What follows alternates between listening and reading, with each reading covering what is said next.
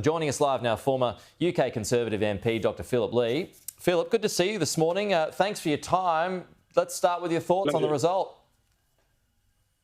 Pretty catastrophic. I mean, I can't think of a time in history where a governing party has collapsed like this, particularly in view of the fact that it had an 80-seat-odd majority in 2019. And here we are with a situation where it's staring down the barrel of a 170 majority against. And to be honest with you, looking at this poll at the moment, I'm somewhat surprised that there are 13 seats for reform on there. That suggests that there are quite a lot of shy reform voters. And I think that also means that some of these seats are probably a bit finely balanced. And so the numbers that you're seeing on this poll, I'm not convinced it's going to be like this. It may be actually worse for the Conservatives, but let's wait and see.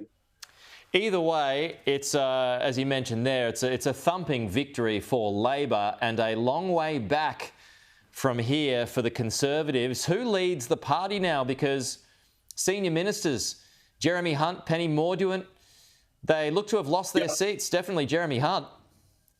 Yeah, no, I think sadly Jeremy's probably going to go out the door. It really does depend who's left. I mean, the way the Conservative Party works, it's going to be who's left standing and then the number of MPs they've got and what their particular persuasion is. I fear that there is this danger that this new right-wing, to some eyes, far right-wing party called Reform, they're going to count up the total vote for them and the total vote for the Conservatives at this election and come to a figure that means that they should all merge and create some new sort of political party on the right, quite significantly on the right of British politics. I don't think that works. I don't think that the British electorate are like that. But I fear that that means that the leadership of the Conservative Party is unlikely to become sensible anytime soon. Do you think Nigel Farage could become, over the next 5 years, the Conservative voice? Yes, I think there is a risk of that. I think there are people within the Conservative Party who think that he should be absorbed into it. He clearly has charisma. I mean, he's not my cup of tea, but I recognise that the guy can spin a story quite slickly on television. And consequently, there may be some, what I would describe, simpletons who might conclude in the Tory party that he is the winner for the future. Personally, I think it'd be a disaster. But the thing is the Tory party seems to be in this sort of almost death spiral. Right. But and until it actually sort of, hits a wall, and maybe it's tonight, maybe it's the next election, I don't see us going back to being sensible again on the Tory side of things. Well, he's obviously, Phillip, he's obviously tapped into something though. So, I mean, obviously there are Conservative voters out there who think the Tories just aren't doing a good enough job, who don't represent their views anymore. Well, I mean, the big issue here is immigration. I think it's the same, it has certainly been the same in Australia in the past. Same in France that we're seeing at the moment. Yeah, and indeed in France at the weekend you're going to see Le Pen getting a big vote, and you've seen it in Italy, you've seen it in Germany with AfD. I mean, across Western Europe, Geert Wilders in Holland. I mean, there is a series of examples of where this is happening. I mean, in support of Farage, our immigration has gone up, it's trebled since we left the European Union. So that clearly didn't work when he said it was going to. And so quite understandably, the British public is concerned about this.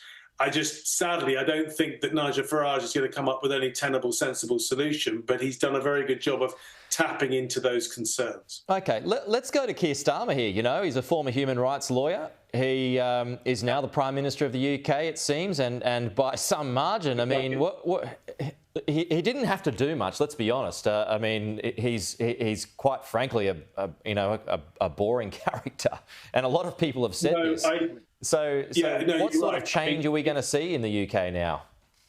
You only had to be broadly sensible and moderate, and you got a landslide. I mean, what does that say about the rest of British politics? And so he is, he's now going to be Prime Minister with what appears to be a pretty historic, large majority. I hope that he looks at this and thinks that he can be perhaps a bit bolder now. I mean, by any measure, he's run a very cautious campaign.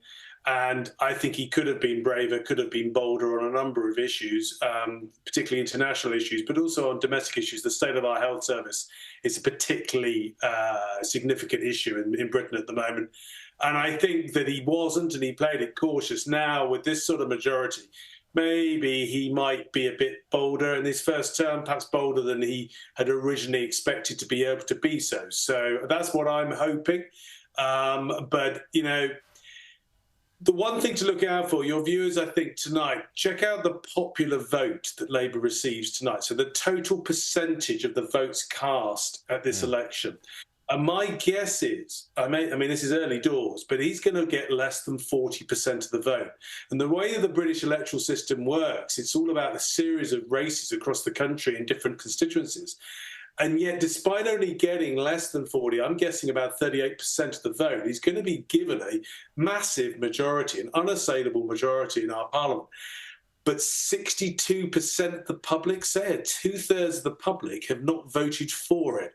And I think that that's something that's going to play out over the next couple of years, because he's going to be wrestling with profound challenges, difficult that and he hasn't got a particularly strong public mandate in terms of total votes. And I think that's an issue for him. So that may impact upon what he actually does in his first term.